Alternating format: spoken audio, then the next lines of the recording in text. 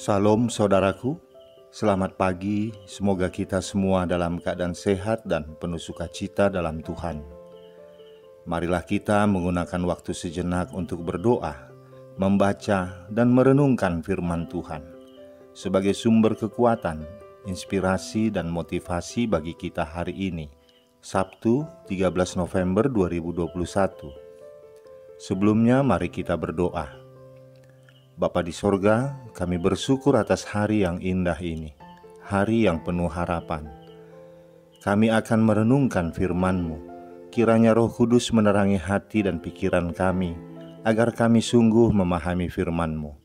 Dalam nama Tuhan Yesus Kristus kami berdoa. Amin. Firman Tuhan yang menyapa kita di pagi ini, 2 Timotius 1 ayat 12.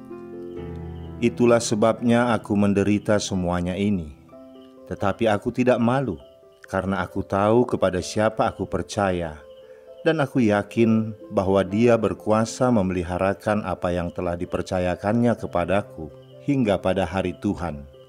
Demikian firman Tuhan.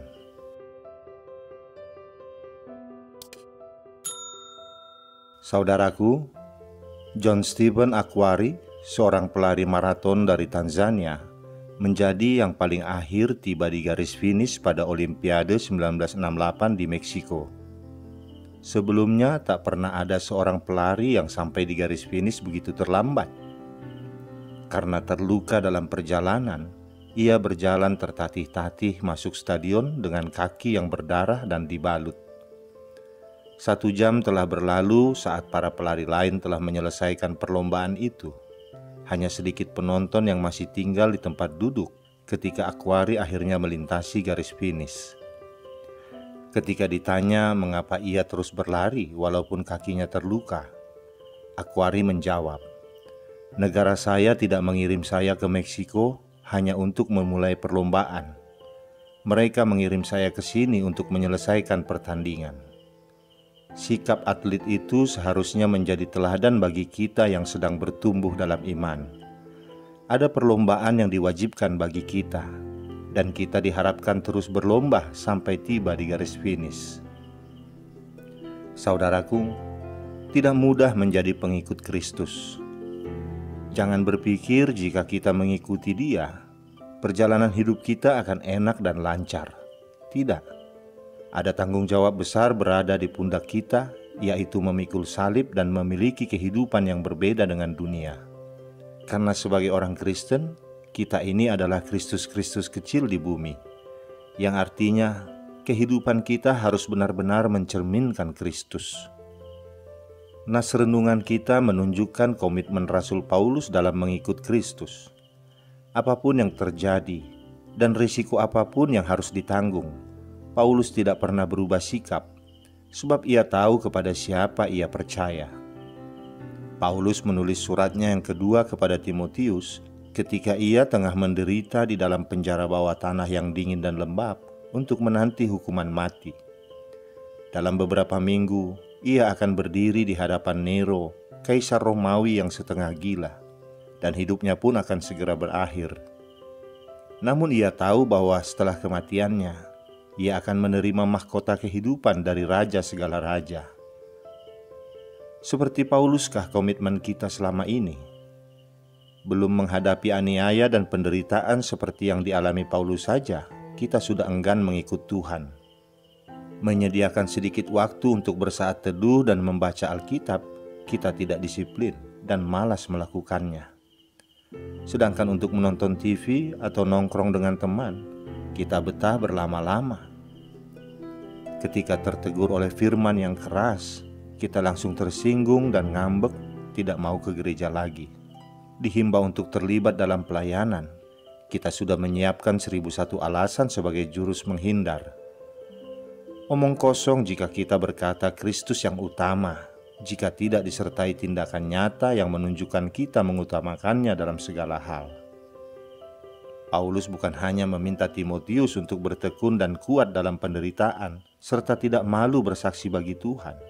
Paulus sendiri menunjukkan bahwa ia tidak malu bersaksi dan menderita demi Kristus. Meski ia mengalami berbagai penderitaan dalam pelayanan, dan penolakan dari orang-orang tertentu, ia menyadari tujuan penetapannya sebagai pemberita Injil yang dijalaninya sebagai rasul dan guru adalah untuk Injil itu sendiri. Paulus mengenal siapa Tuhan yang ia percayai, yang telah memanggilnya ke dalam keselamatan.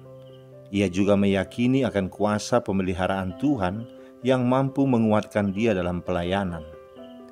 Penderitaan maupun penolakan yang ia alami tidak membuatnya mundur dari pelayanan dan meragukan Tuhan.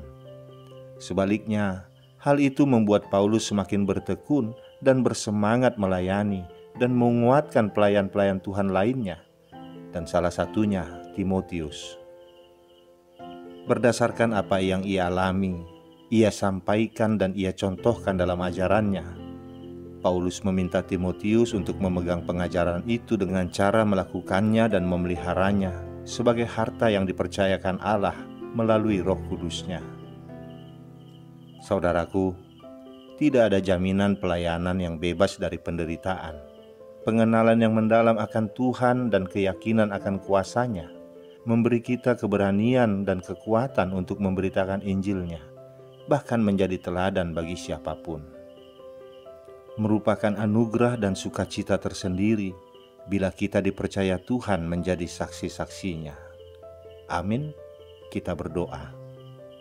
Bapa di sorga, terima kasih atas firman-Mu yang mengingatkan kami agar kami memiliki komitmen seperti Paulus dalam mengikuti-Mu. Engkau mengingatkan kami agar kami siap memikul salib yang harus kami tanggung, dan kami harus memenangkan setiap pertandingan yang kami lalui hingga mencapai garis finish. Kami yakin dan percaya Engkau akan memberikan kami kekuatan dan penghiburan di saat kami harus menghadapi berbagai penderitaan, terlebih dalam pelayanan kami di gereja-Mu. Di dalam nama anak-Mu Tuhan Yesus Kristus kami berdoa. Amin. Selamat beraktivitas saudaraku, Tuhan memberkati. Shalom.